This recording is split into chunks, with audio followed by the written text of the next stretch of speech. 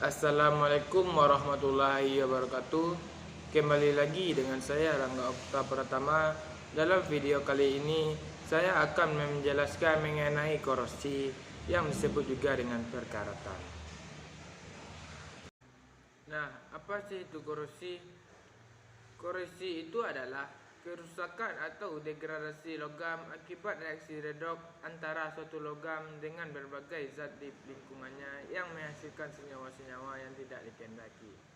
Dalam bahasa sehari-hari atau kehidupan sehari-hari, korosi sering disebut juga dengan perkaratan. Nah, selanjutnya faktor-faktor penyebab korosi. Yang pertama, faktornya yaitu air dan kelembapan udara. Dilihat dari reaksi yang terjadi pada proses korosi, air merupakan salah satu faktor penting untuk berlangsungnya korosi. Udara lembab yang banyak mengandung uap air akan mempercepat berlangsungnya proses korosi. Yang kedua, elektrolit. Elektrolit atau asam dan garam merupakan media yang baik untuk terjadinya transfer muatan.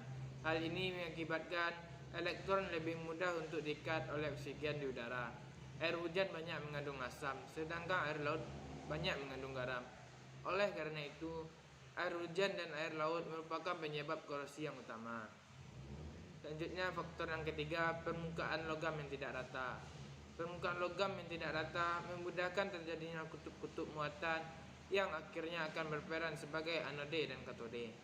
Permukaan logam yang licin dan bersih akan menyebabkan korosi sulit terjadi, sebab kutub-kutub yang akan bertindak sebagai anode dan katode sulit terbentuk.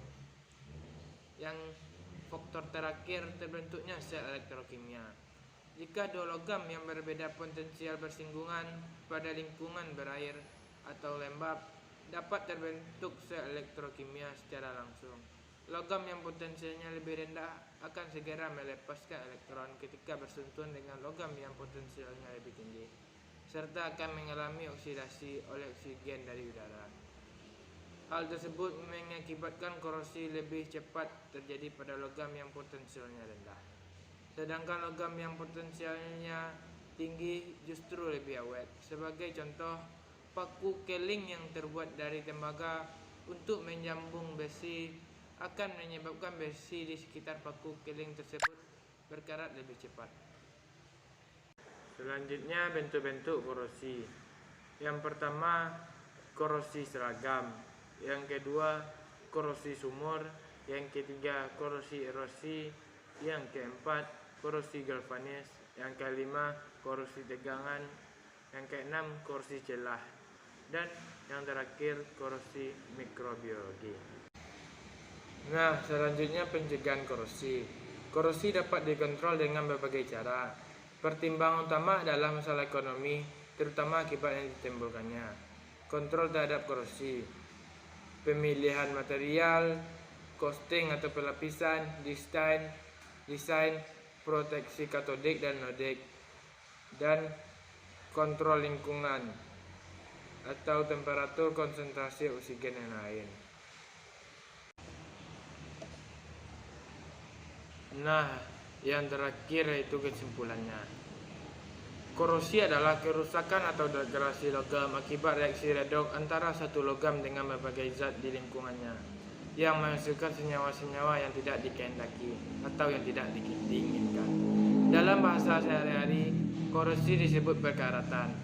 Contoh korosi yang paling lazim adalah perkaratan pada besi. Diakibatkan beberapa faktor. Yang pertama, air dan kelembapan udara. Yang kedua, elektrolit.